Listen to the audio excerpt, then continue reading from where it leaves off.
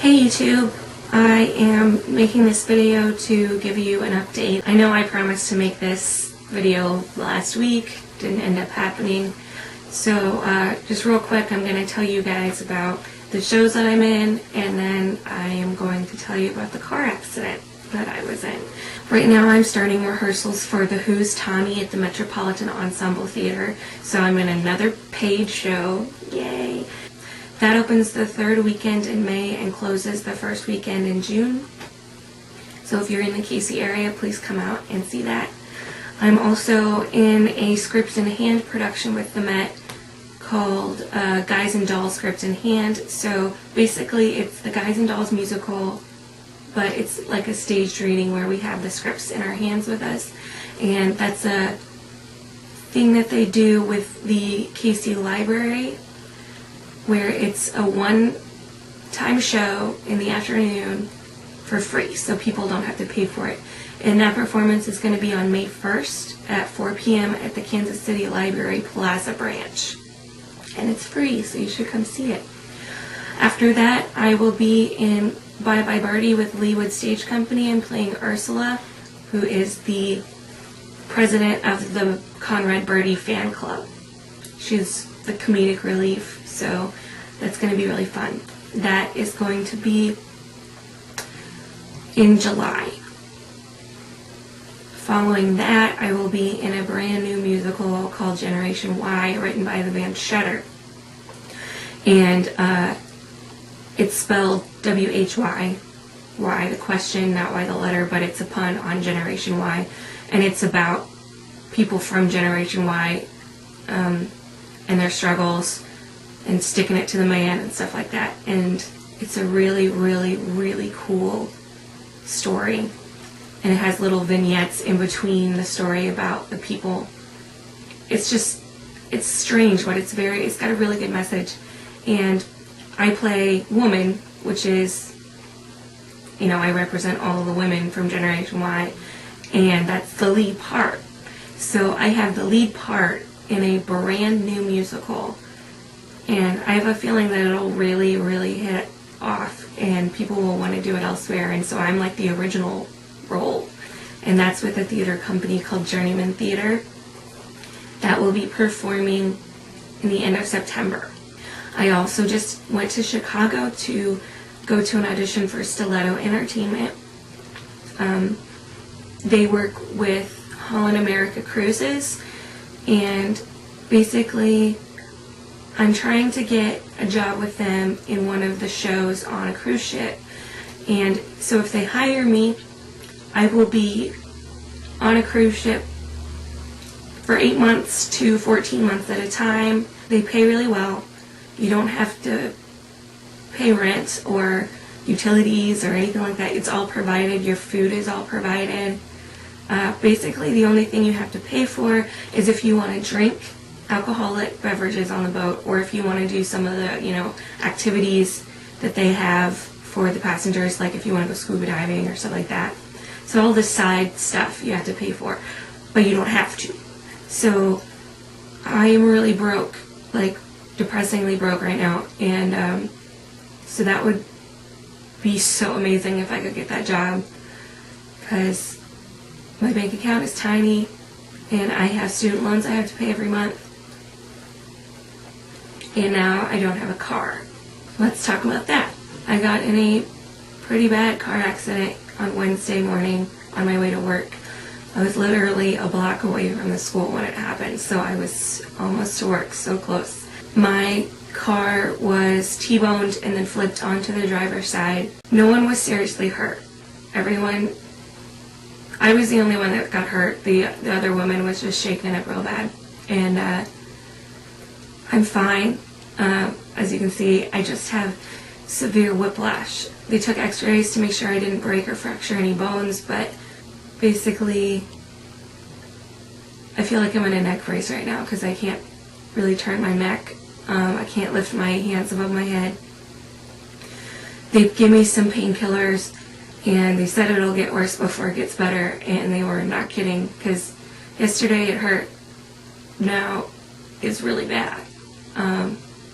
The painkillers help. They make me really loopy and then very tired.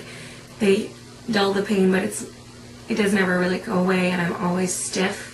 Even if it doesn't hurt as much, I'm stiff. I got flipped over onto the side, the driver's side, and so I couldn't open those doors or windows, and the side that I got hit on, couldn't open those doors or windows either, because like the handle literally came out of the door, like it was hanging above me.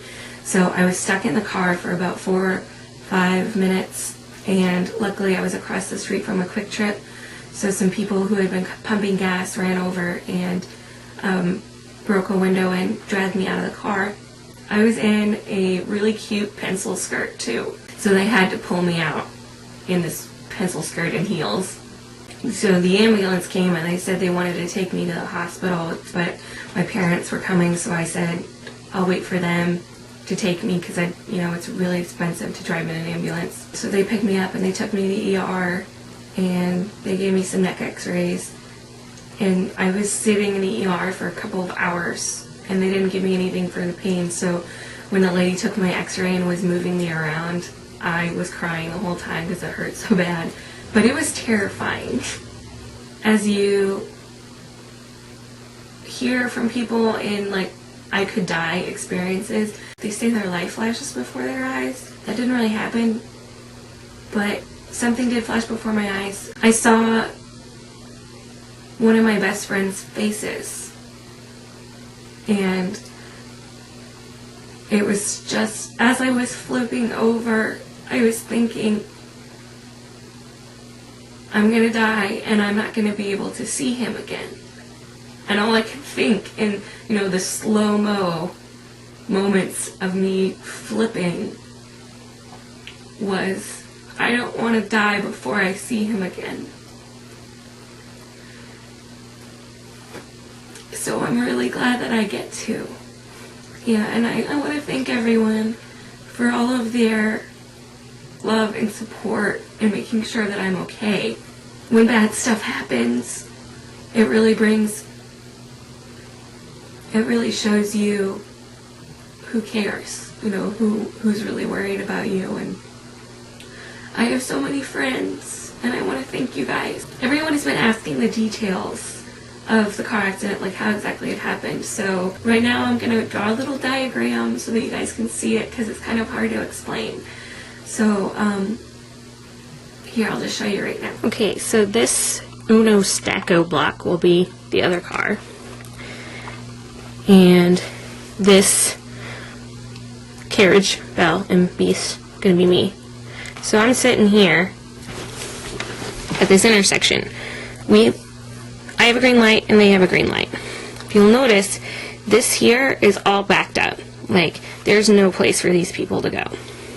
So I'm waiting here for a time to turn. This very nice lady sees if I pull forward, I will block the intersection. I'm not going to do that. I'm going to wave this person through because she wants to turn left. So she waves me through. So I start to turn, and then someone here, even though they're going to block the intersection if they come through, I didn't expect to see them coming because someone waved me through.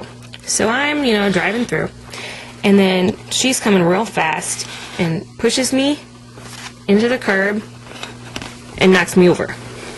So here's the scene of the accident. So now I'm on my left side, and I can't get out anyway, so they break the back window over here and pull me out there. So that's what happened. Then eventually she pulled her car back and drove away, and they flipped my car back over and towed it away. That's how it went. So technically, since I was turning left, I have to yield to these people, so it was my fault. But she felt really bad because she was planning on blocking the intersection. First of all, she didn't know that someone waved me through, and because there was a line of cars up to freaking Egypt, she didn't see me and I didn't see her. So really, it was everybody and nobody's fault. But according to the law, it was my fault. So that's how it happened. I'm going to be in my house probably for the next 3 or 4 days, not doing anything. So I have to miss a few Tommy rehearsals. I'm going to stick it out on Monday and do everything that I can to go to work because I really need the money. I don't know what I'm going to do. I haven't gotten a paycheck yet, and I thought that I should have from this new school that I'm working. Yeah, it's basically, if it weren't for me living with my family, I don't even want to think about it. I'm so grateful to my parents and my grandparents for always being there to help me. I know that there are a lot of people that kick their 20-something kids out of the house and tell them to go live on their own. And my family didn't do that. And I would be in deep shit if they hadn't. So, if you're one of those people that have nice parents that let you stay with them, you get down on your knees and think that because if something like this happens, you're gonna be okay. I owe them big time. So when they're old and need their diapers changed, you know I got it. And this is on tape so they can remind me when they're old and in diapers that I promise to take care of them. But yeah, so that's what's been going on. And I'm sorry I'm a crybaby. I'm not sure that you really wanted to watch me cry. But I'm okay. Everything is going to work out. I'm doing so well in the theater world, and hopefully I'll get that cruise ship job. And I just want to thank all of you for being so supportive.